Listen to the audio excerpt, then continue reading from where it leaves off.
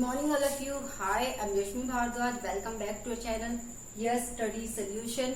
हाँ जी, हम बात कर रहे थे 11th क्लास की इकोनॉमिक्स की, जिसने हमने पढ़ा है डेटा क्या होता है, कितने टाइप्स के होते हैं, प्राइमरी डेटा को कलेक्ट करने के मेथड्स, और आज की क्लास में हम करने जा रहे हैं method of collection of secondary data. Secondary data को कितने सोर्सेज से कलेक्ट किया जा सकता है, तो ये हम पढ़ने जा रहे हैं। तो इससे पहले की क्लास स्टार्ट करें, जिन्होंने चैनल सब्सक्राइब नहीं किया है कर दीजिए और लाइक भी जरूर कर दीजिएगा। तो चलिए आगे चलते हैं। Sources of secondary data. Secondary data को कहाँ से कलेक्ट किया जा सकता है? दो सोर्सेज हैं, पब्लिश्ड और अनपब्लिश्ड। पहले हम बात करेंगे पब्लिश्ड सोर्सेज की। भाई पब्लिश्ड कौन से होते हैं? पब्लिश्ड सोर्सेज का मतलब जो पहले से पब्लिश हो चुके हैं, जिनकी नॉलेज सभी को है। जैसे मैंने कहा कि हमारे इंडिया की जनसंख्या कितनी है, आपने कहा 130 करोड़। मैंने कहा कि भाई रिलायंस का इस साल का टर्नओवर क्या रहा है, तो उसकी साइट पे जाके आपको पता चल जाएगा, क्योंकि उस कंपनी ने पब्लिश किया हुआ है। तो बस यही है पब्लिश करने का मतलब, जो सबकी जानकारी में है। तो चलिए बात करते हैं पहला गवर्नमेंट पब्लिकेशन। देखो सरकार हर साल बजट देती है, फिर से पब्लिश कर देती है, कोई भी नागरिक वेबसाइट पे जाकर पढ़ सकता है। तो होते हैं सरकारी प्रकाशन। नेक्स्ट है सेमी गवर्नमेंट पब्लिकेशन।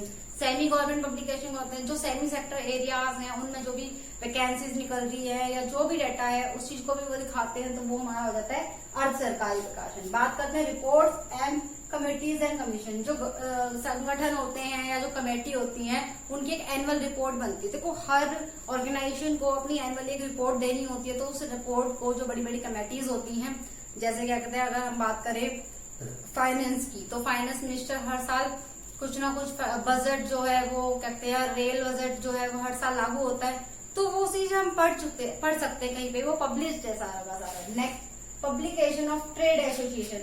कुछ व्यापारिक संगठन होते हैं जो अपने प्रकाशन करते रहते हैं। जैसे मैंने आपको बताया, कुछ नामी कंपनियां हैं, बड़ी बड़ी पब्लिक कंपनियां हैं, वो अपने पब्लिकेशंस हर साल देती हैं। Next publication of research institution.